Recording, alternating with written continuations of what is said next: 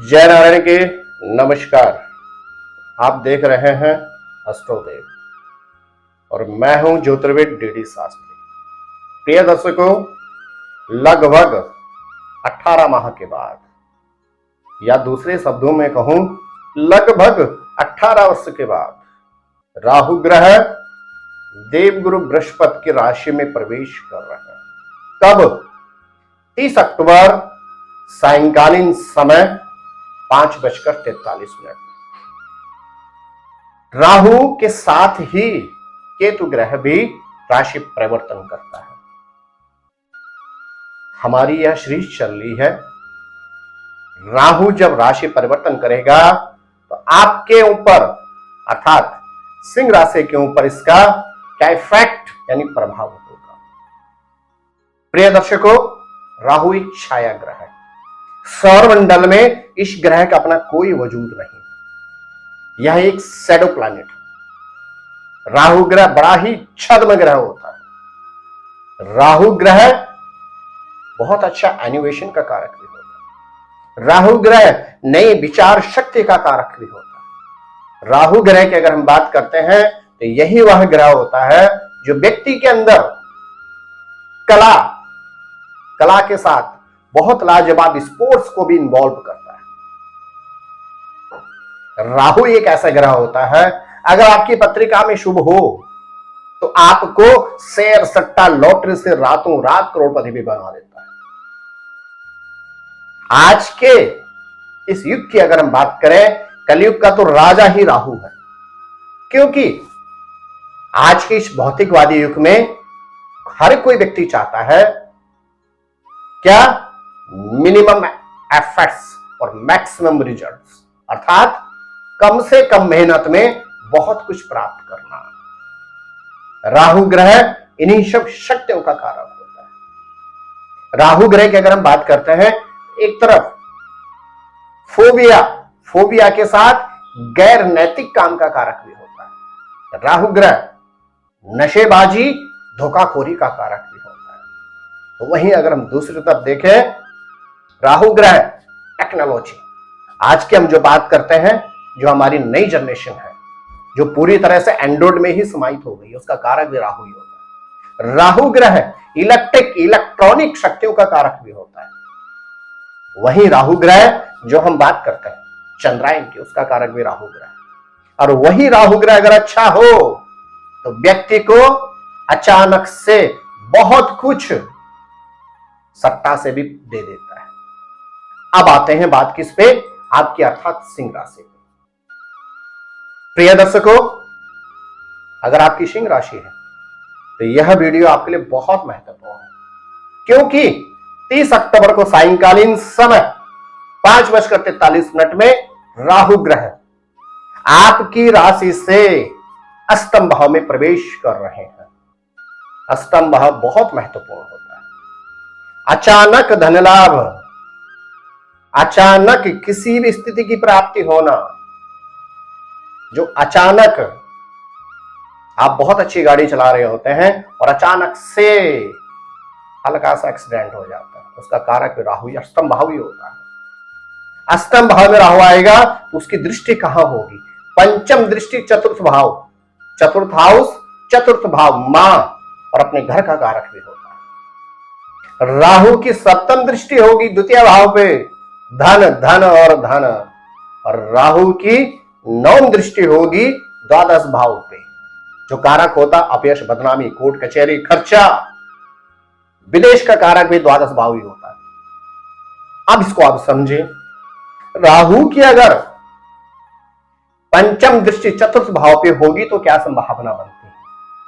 मां के स्वास्थ्य का आप विशेष ख्याल रखें, अन्यथा आपको दिक्कतें होंगी, अन्यथा आपको मां की तरफ से कष्ट होगा। साथ ही साथ इन्वेस्टमेंट के लिए बहुत अच्छा समय है, लेकिन सोच समझकर निवेश करें। राहु की सप्तम दृष्टि होगी धन भाव पे। आप ये मान के चले कि पैसे के कारण कोई काम नहीं रुकेगा आपका, लेकिन पैसे की पूर्ति भी नहीं होगी। आप ये मान के चले कि आपको किसी कार्य के लिए